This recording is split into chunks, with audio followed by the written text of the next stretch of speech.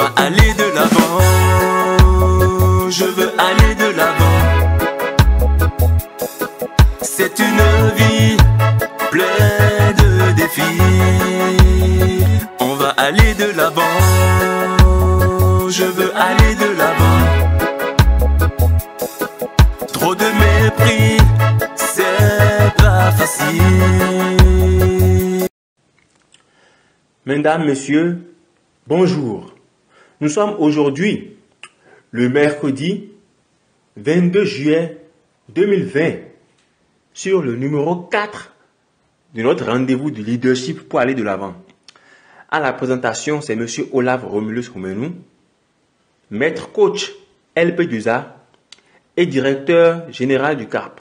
Aujourd'hui, nous allons discuter un peu sur la thématique relative au thème « Toutes les cartes sont bonnes ». C'est le thème de notre numéro 4 du rendez-vous LP2A. Toutes les cartes sont bonnes. Alors, installez-vous confortablement et suivez-nous attentivement. Quand on parle de toutes les cartes sont bonnes, qu'est-ce que ça signifie en réalité? Quand vous observez les parties de jeux de cartes, ou par exemple les parties de poker, il y a des joueurs qui peuvent commencer la partie avec de bonnes cartes et se retrouver perdant à la fin. Tout comme il y a des joueurs qui peuvent commencer la partie avec de mauvaises cartes et gagner. Cela signifie quoi? Aucune carte n'est mauvaise. Dans la vie, quand on transpose cela, on voit que cela se vérifie également. Nous passons notre temps à mettre tout sur le dos du destin. Nous passons tout notre temps à nous plaindre du Créateur. Non. Il a fait son travail. Il a bien distribué les cartes. Si des joueurs de poker qui démarrent la partie avec de mauvaises cartes se retrouvent gagnants à la fin, c'est parce qu'ils savent user des bonnes stratégies. C'est parce qu'ils savent jouer. C'est parce qu'ils ont la bonne information. Donc, dans la vie, ceux qui stagnent, ceux qui échouent, c'est parce qu'ils n'ont pas les stratégies idéales. C'est parce qu'ils n'ont pas les bonnes informations. Car en réalité, au niveau de la ligne de départ, nous décollons avec les mêmes chances. Parce que nous avons pratiquement tous la même composition génétique, le même nombre de neurones, le même nombre de cellules. Regardez dans les pays développés, comme les États-Unis, la France, et regardez dans les pays pauvres, comme le Bénin ou le Togo. Vous allez constater que, bien qu'il y ait des riches dans les pays développés, il y a aussi des pauvres là-bas. Et dans les pays dits pauvres, comme le Bénin, bien évidemment, il y a des personnes pauvres, mais il y a aussi des personnes riches dans ces pays-là. Ça veut dire que les réalités sociales sont pratiquement les mêmes dans tous ces pays-là. Donc, aucune carte n'est mauvaise. Tout le monde a reçu de bonnes cartes, mais tout le monde ne sait pas jouer.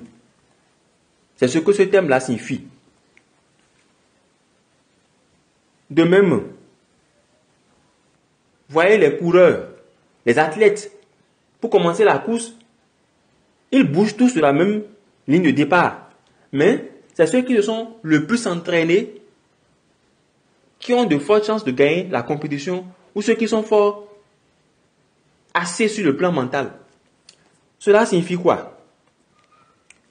Ceux qui réussissent, comme le dit Napoléon Hill, ont l'esprit ouvert et n'ont peur de rien. Donc, nous devons cesser de voir le monde à travers notre petit microcosme. Nous devons cesser de voir le monde à travers nos préjugés. Nous devons cesser de voir le monde à travers nos certitudes. Nous devons changer de référentiel.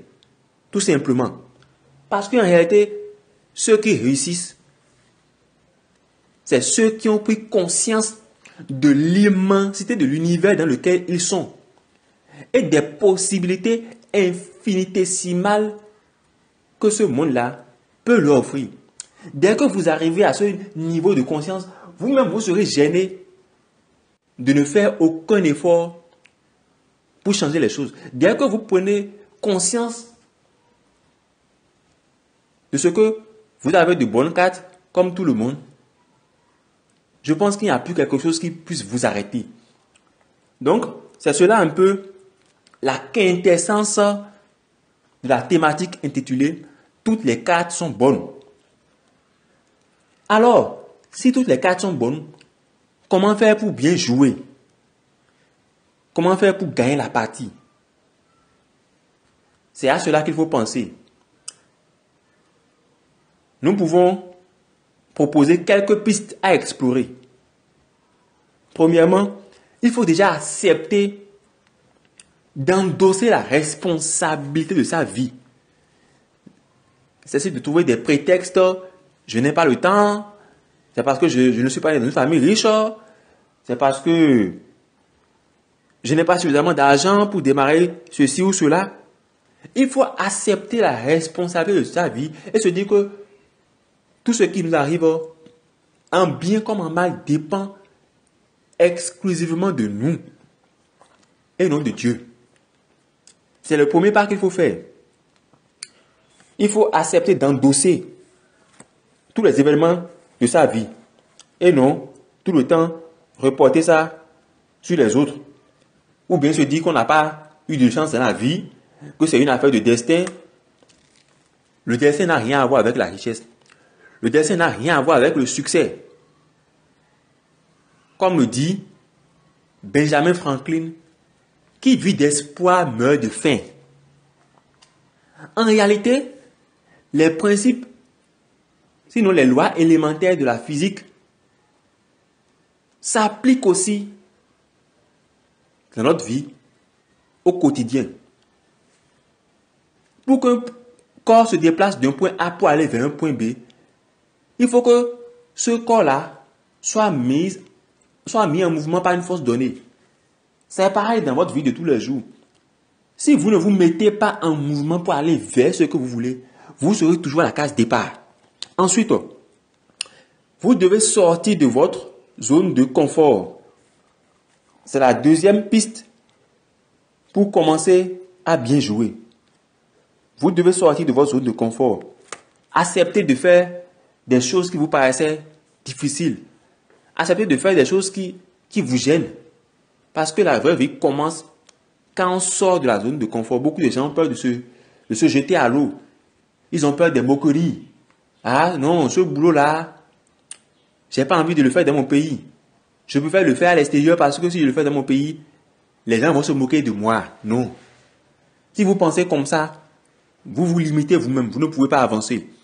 Vous devez nécessairement sortir de votre zone de confort pour entrer dans une autre dimension. Troisièmement, vous devez avoir un plan bien déterminé. Car une fois que vous avez pris conscience que vous êtes responsable de votre vie et que vous avez la possibilité de changer les choses, vous devez mettre en place des stratégies, des plans, toute une série d'actions pour avancer dans la bonne direction. Il vaut mieux avoir un mauvais plan que de ne pas avoir de plan. Comme le dit un proverbe nigérian, si vous ne prévoyez pas, prévoyez d'échouer.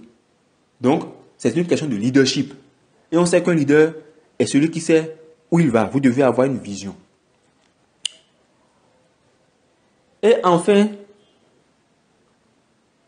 vous devez sortir le grand jeu dès la première occasion. Cela signifie quoi? La moindre opportunité qui vous est offerte de prouver ce que vous valez. Faites tout pour la concrétiser.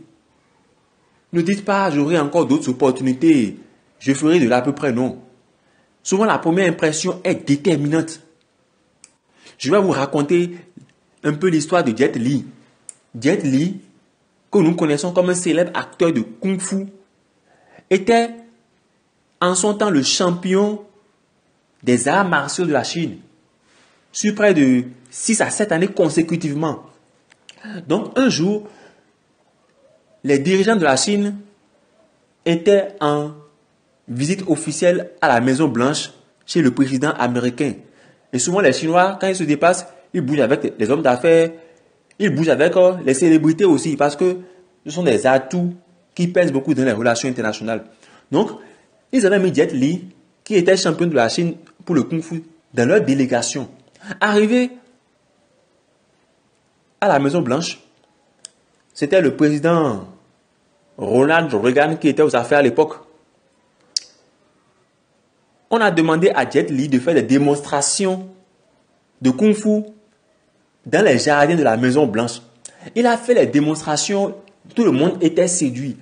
Le président Ronald Reagan lui a proposé d'être son garde-corps. Et il a refusé. Il a refusé, mais ça ne s'est pas arrêté là. Parce que tous ceux qui étaient là étaient émerveillés. Donc, des célébrités, sinon des barons de l'industrie cinématographique d'Hollywood se sont approchés de lui pour lui proposer de tourner des films d'arts martiaux. C'est comme ça que sa carrière d'acteur mondial, de star, a commencé. Il a su sortir le grand jeu lorsqu'il devait faire cette démonstration devant le président américain. Imaginez que il s'est dit, je suis déjà champion de Kung Fu, je ne vais pas trop me gêner. Donc imaginez qu'il ne se soit pas entraîné régulièrement et qu'il avait fait une piètre prestation. Ça n'allait pas l'amener au niveau où il est aujourd'hui. Donc, bien jouer, c'est savoir sortir le grand jeu de la première occasion. Ça va faire la bonne impression en même temps. On vous confie un job, une tâche à faire. Faites tout pour séduire celui qui vous a confié le travail. Faites tout pour l'impressionner à la première occasion. Sinon, si vous pensez que vous aurez encore d'autres chances, eh bien, je vous rappelle qu'on est dans un monde de compétition. C'est ceux qui savent bondir sur les premières opportunités qui arrivent à s'en sortir. Donc, pour cela, vous devez constamment être prêt. Vous devez constamment vous préparer. Vous devez constamment vous former. Donc, ce sont quelques pistes à explorer pour bien jouer le jeu de la vie. C'est ça qui fait la différence entre les gagnants et les perdants.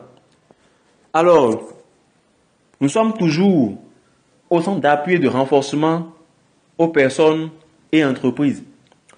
Chez nous, au CAP, notre vision est de contribuer à l'épanouissement de l'homme et au renforcement de sa dignité. Et pour cela, la connaissance est importante.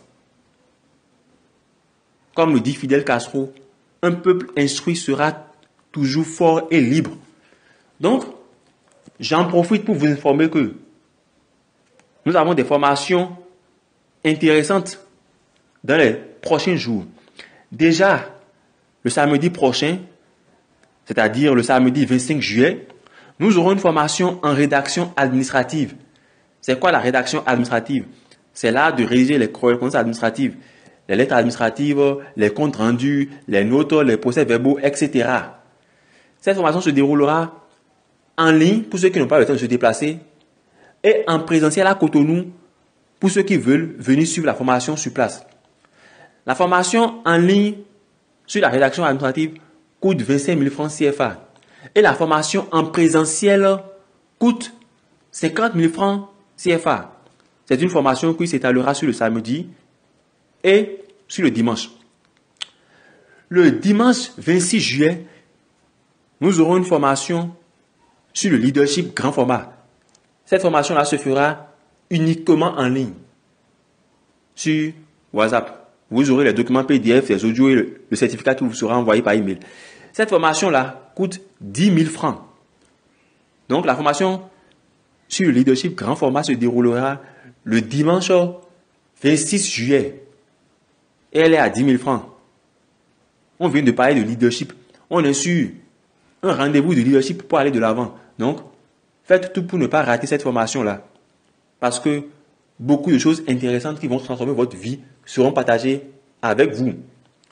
Et enfin, le dimanche 2 août, nous avons un séminaire de formation sur le transit douane. Comment faire les dédouanements, comment faire les opérations administratives, comment connaître tous les secrets qu'il faut pour gérer sa propre structure de transit. Cette formation-là se déroulera le dimanche 2 août. Elle va durer 3 jours. Elle se fera uniquement en ligne. Cette formation-là coûte 25 000 francs CFA. Ceux qui vont s'inscrire avant le 26 juillet bénéficieront d'une réduction de 20%. Ça veut dire qu'ils paieront 20 000 francs au lieu de 25 000 francs. Donc, c'est un programme alléchant que le CAP vous propose dans les jours à venir. Je vous remercie beaucoup de votre attention. À la présentation, c'était M. Olaf Romulus, maître coach en leadership pour aller de l'avant et directeur général du centre d'appui et de renforcement aux personnes et entreprises. Le CAP, c'est l'efficacité à portée de main. À mercredi prochain. On va aller de l'avant. Je veux aller de l'avant. C'est une vie pleine de défis. On va aller de l'avant. Je veux aller de l'avant. Trop de mépris, c'est pas facile.